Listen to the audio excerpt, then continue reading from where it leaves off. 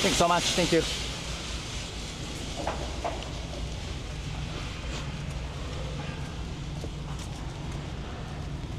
All right, so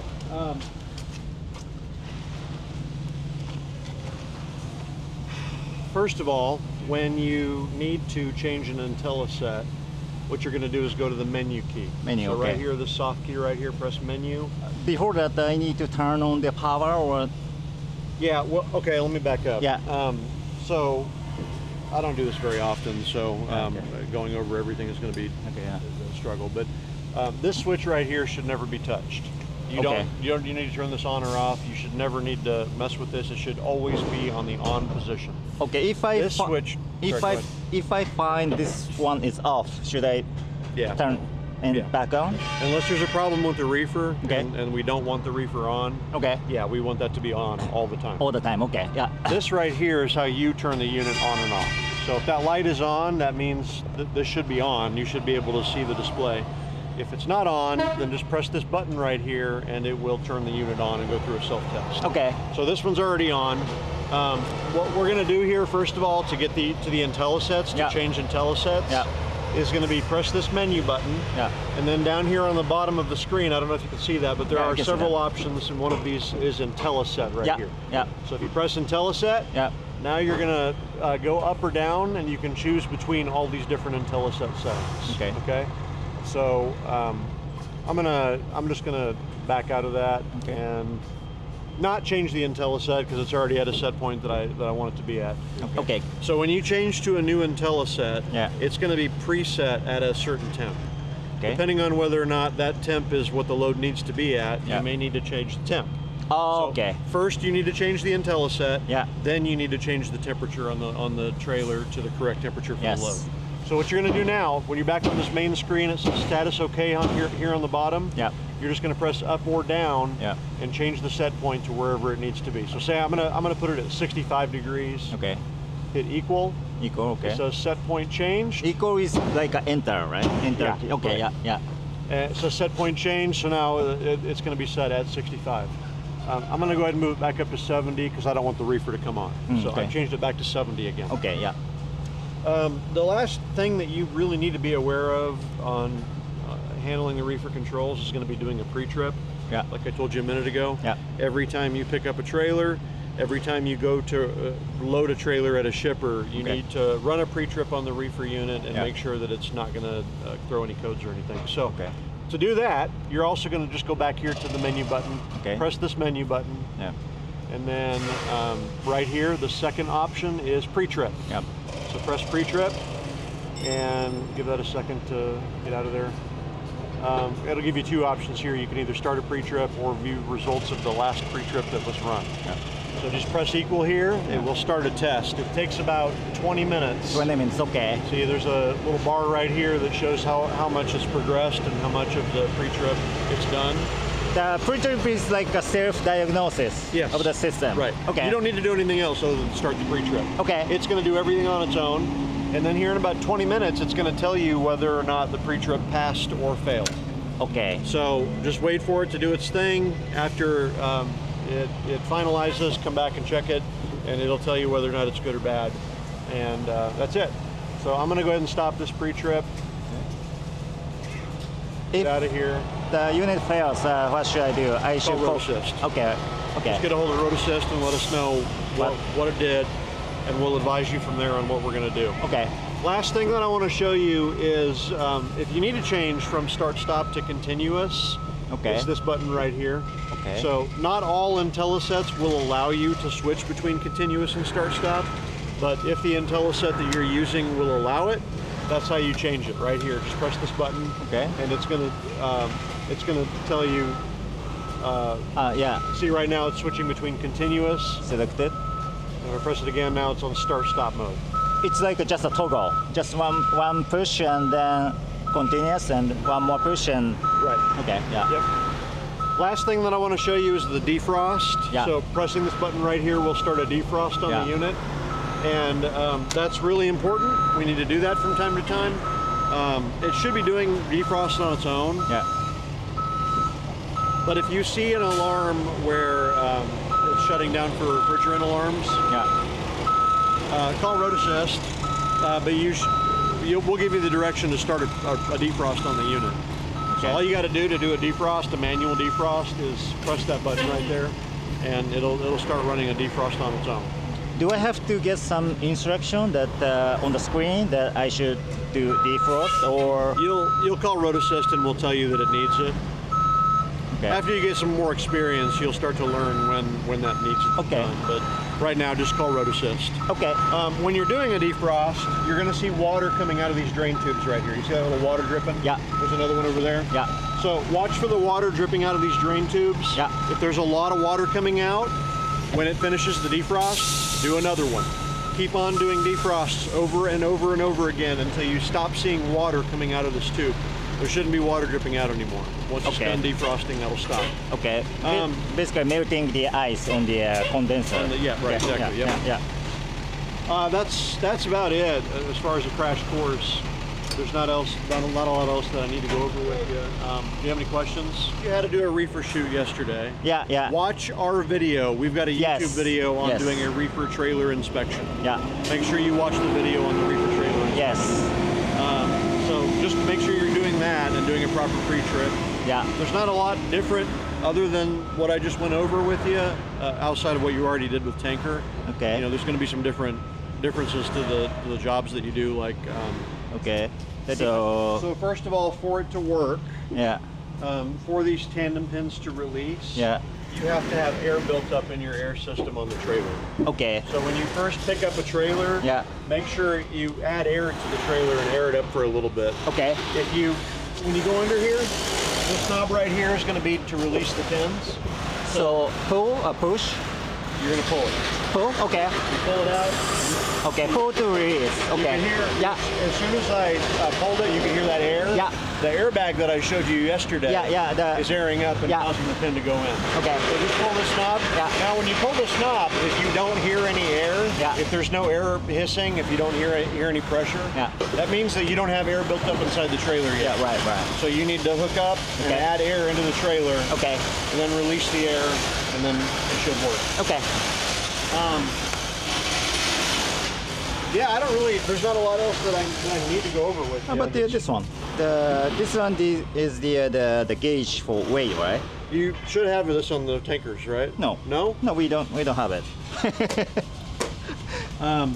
We don't have it's enough. Pretty simple. Okay. Basically, you open this up. Again, you've got to have air in your trailer. Okay, If yeah. you don't have air built up in the trailer, this won't work. Yeah. But essentially, this is measuring the air pressure in the airbags, and it's determining how much weight is in the trailer based on the pressure in the bags. Yeah. So to make it work, you just pull this knob. Yeah. Right now, we don't have enough air built up in the trailer for it to do anything, so it's not going to move. But basically, you pull this knob, and it should zone out to wherever the pressure is for the axles. Okay. Yeah. So that's all there is to that. If you need to calibrate it for some reason, this little knob right here, that's how you can calibrate it. Okay. So you would need to know the weight on the axles. You want to calibrate them loaded. So get a cat scale somewhere, confirm that the weight is whatever it is, and then you can turn that knob and calibrate it. Okay. To make it close as possible, right? Okay. Yeah. Okay. So the tandem and load scales. Yeah. I mean, the majority of what you're going to be doing different is going to be up here on the reefer. Reefer, okay. The reefer tanks hold 30 gallons. 30 gallons, okay. Usually, most loads, you're not going to need to fill the tank every day. But if you have like a produce load that's going in the desert, and you're using a lot of fuel, you can burn up to 1 gallon of fuel per hour in the reefer, which would mean that you would need to fill that up every day. So keep an eye on it. Okay. Just keep an eye on that gauge. Make sure if the gauge gets below half, that's the point that I would go ahead and fill it back up. Okay. Make sure you've got plenty of fuel in that tank. Okay. Yep.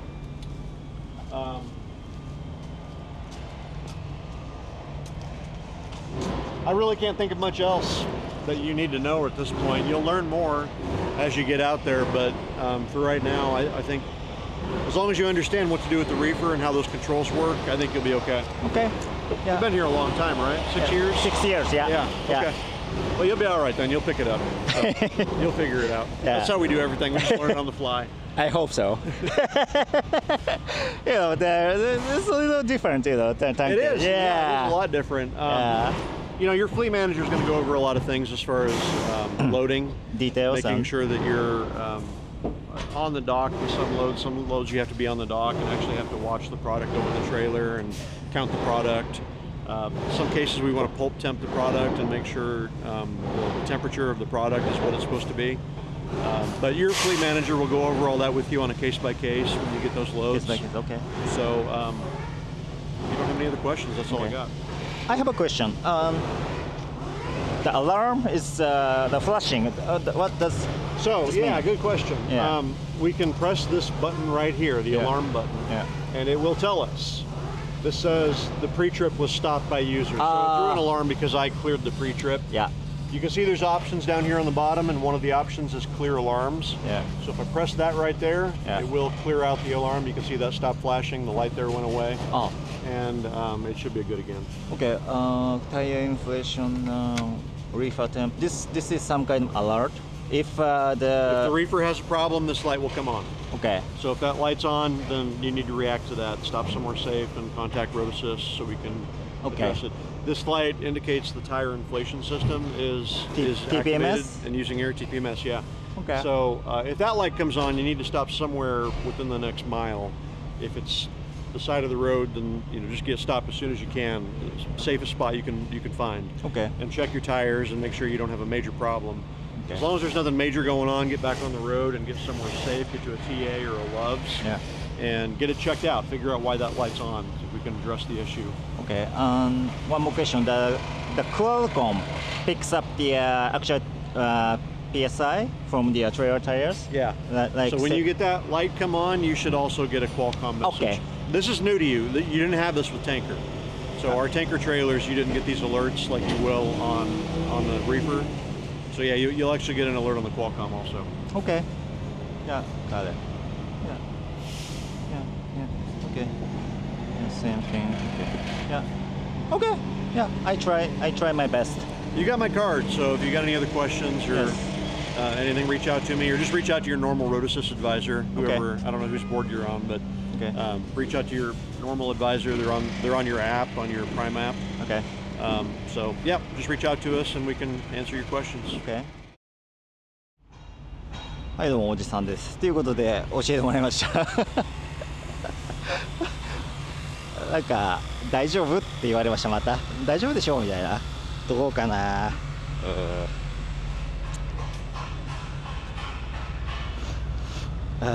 まあ一人オンザジョブトレーニングしましょう。っていうかね、まるちゃんへ感謝のメッセージ。なんかね、すごいやっぱまるちゃんいい人で、なんか教えてくれって言ってたんですよ。僕のトラックに乗って僕教えてあげますよなんて、僕がすごい心配してやたら質問してたんですよ、まるちゃんに。こういう時どうすんの、ああいう時どうすんのみたいなしつこく質問してたら、なんかまるちゃんさんが僕のトラックの一緒に乗ってちょっとやりましょうか、練習1週間ぐらいなんてねオファーしてくれたんですよ。優しい親切で、ちょっと考えたんですけど、でもやっぱねまるちゃんにご迷惑をおかけできないなと思って。っていうのはまずは僕もトラックの仕事しててやってて分かるんですけど、リズムが崩れると売り上げ下がるんですよね。だから僕が乗るとか降りるとかでなんかまたまるちゃんに気使わせて、じゃあスプリングフリーで行きますよとかどうのこうのってなると売り上げ落ちることなんですよね。だからまずそういう風になってほしくない、ご迷惑をおかけしたくないっていうのが一つと、あとはなんだ、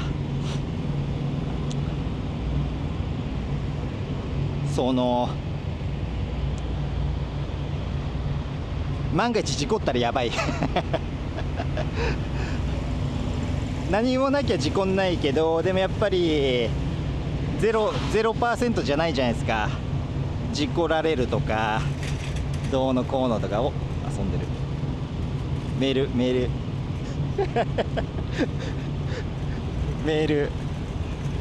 メール上のお兄さんがなんか遊んでました、楽しそうに。で万が一事故ったらやばいじゃないですか。ねえ、そういうことなんですよ。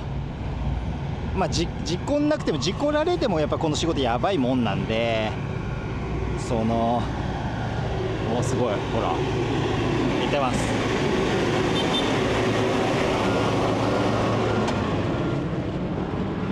万が一なんか起こったらやっぱりね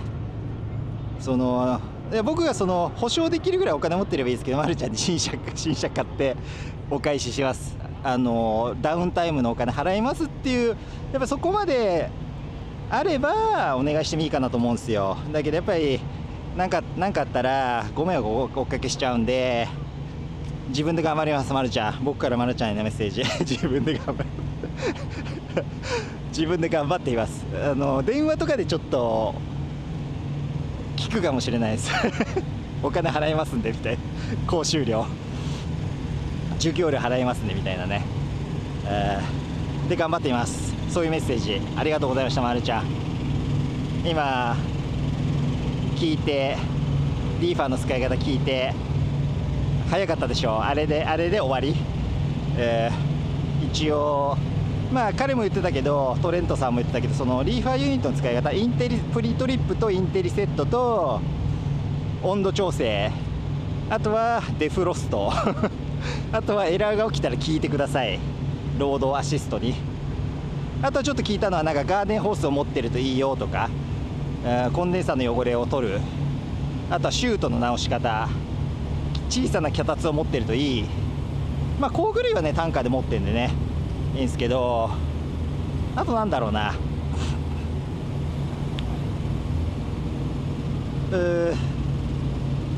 まあタンデムの動かし方も聞いた。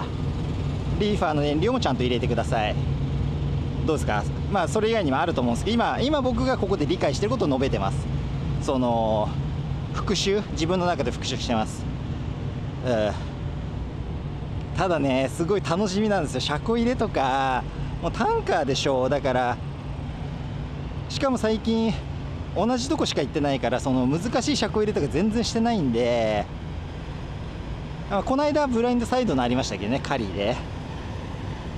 でもこれからはトラックがたくさんいるところで入れなきゃなんないんで、また初心に帰ってやるっていう楽しみがあるんですよ。実はちょっとドキドキしてます。そのせいかな、お腹の調子悪いの、ストレスで。そういうのもあるかもしれない。やっぱり未知への挑戦ということで、なんか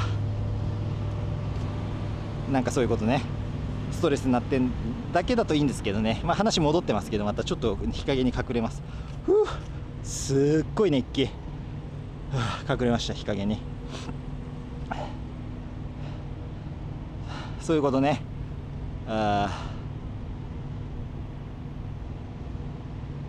まあ、あとはあれですね、最後にリーファーユニットが干渉しないかチェックして、万が一干渉したらフィフスオイルの土台ごともう一つもうワンノッチ変えれるんで、最悪クリアランスがギリギリだったらもうフィフスウィールのネジを全部取って台座をちょっとずらすかもしれないです、もしかしたら。それだけですね、あとチェックはね。あとはまあ健康ね。一応リーファーの仕事始める前にCT 取って問題ないか、それだけ知りたいなと思ってるんですよ。で問題なければまあちょっと今まだ筋肉が凝ってるんですけど、仕事してみようかなと考えております。はい。ということで今日実はねマットレス買いに行きます。皆さん買いに行ってみましょう。ジョップリンに行きましょう。バイクで買いに行きます。